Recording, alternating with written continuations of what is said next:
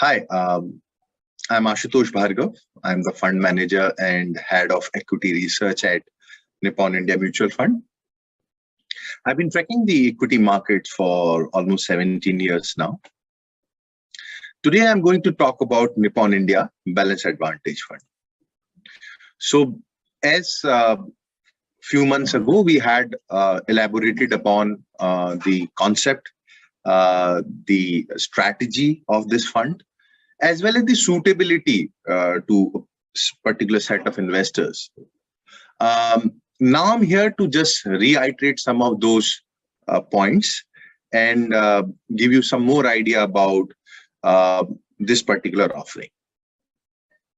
Starting with the core idea of the fund, as you would know, this is an asset allocation offering where we believe that it's a very important tool for anyone's financial planning.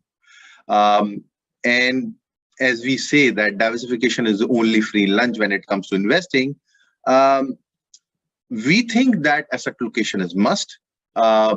Many people understand it now, but it is difficult to execute in real life due to various emotional biases, for example, greed and fear.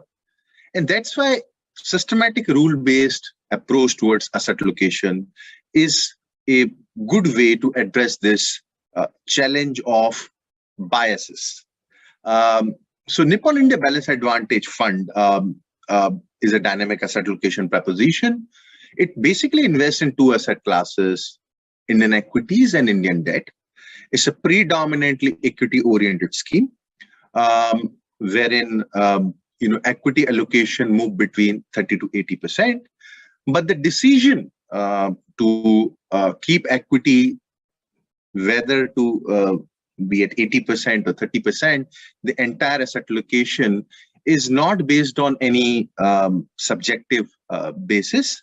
The fund varies allocation between equity and debt, depending upon the signals coming from few time-tested indicators. So we have our own in-house proprietary model, which combine select set of indicators, right from fundamentals to technical to macro indicators, to determine the asset allocation between these two asset classes.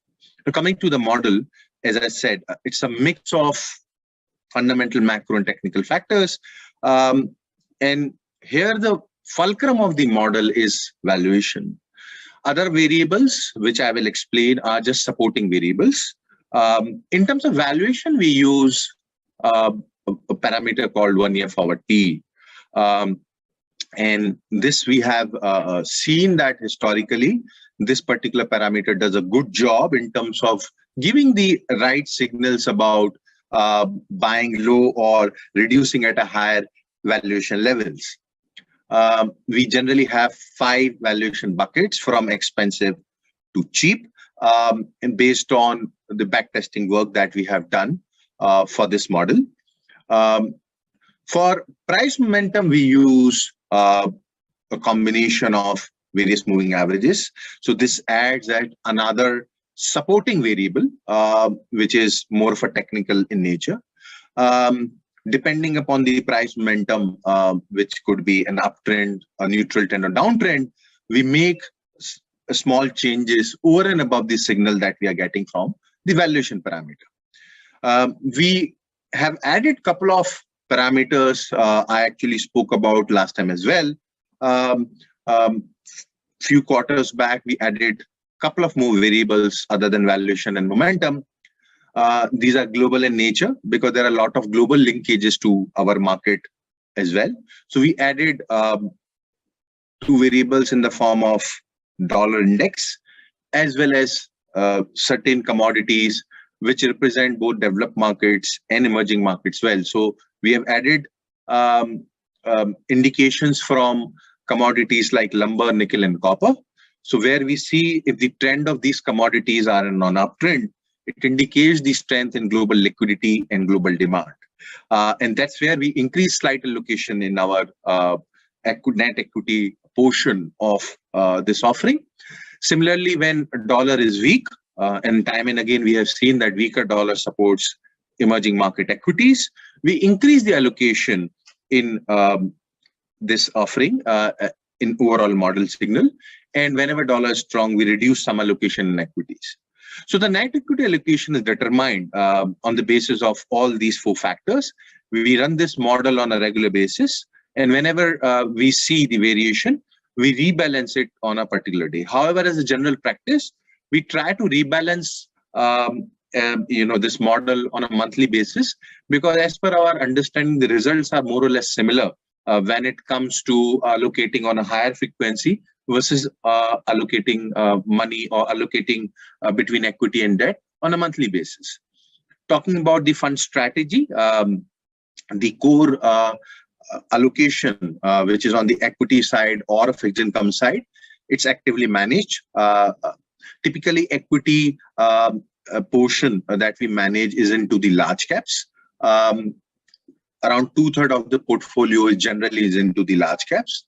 The rest 1/3 of the gross equity allocation is in the mid and small cap category. Similarly, on the fixed income side, much of the allocation is into the shorter duration assets and assets which have higher quality in terms of credit rating. So the last 6 to 9 months, what we have observed is that the market volatility has gone up. And accordingly, the signals that we have got in our model was to allocate between 35% to 55% different point of times in equities. So with this change in volatility and more volatile environment, we think that the allocation would probably move more dynamically in the coming months. Of late, for example, we are at around 50% because some of the moderation we have observed in our valuation signals. At the same time, commodity indicator has given us positive signals throughout this volatile environment. So we are closer to 50% now as we have entered in the month of February. Overall, Nippon India Balanced Advantage Fund endeavors to deliver steady returns across market cycles. That's the endeavor. We believe it's an all-weather proposition and maybe a part of any investor's core portfolio. In terms of risk adjusted returns, investors should expect that this fund may do a good job over the medium to long term.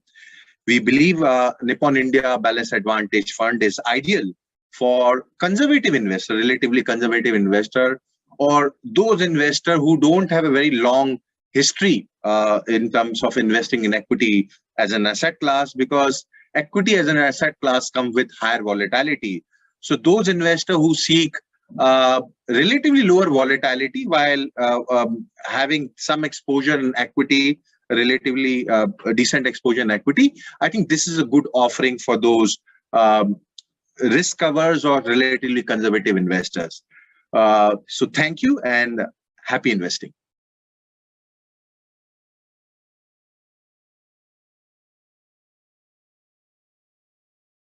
Mutual fund investments are subject to market risks. Read all scheme-related documents carefully.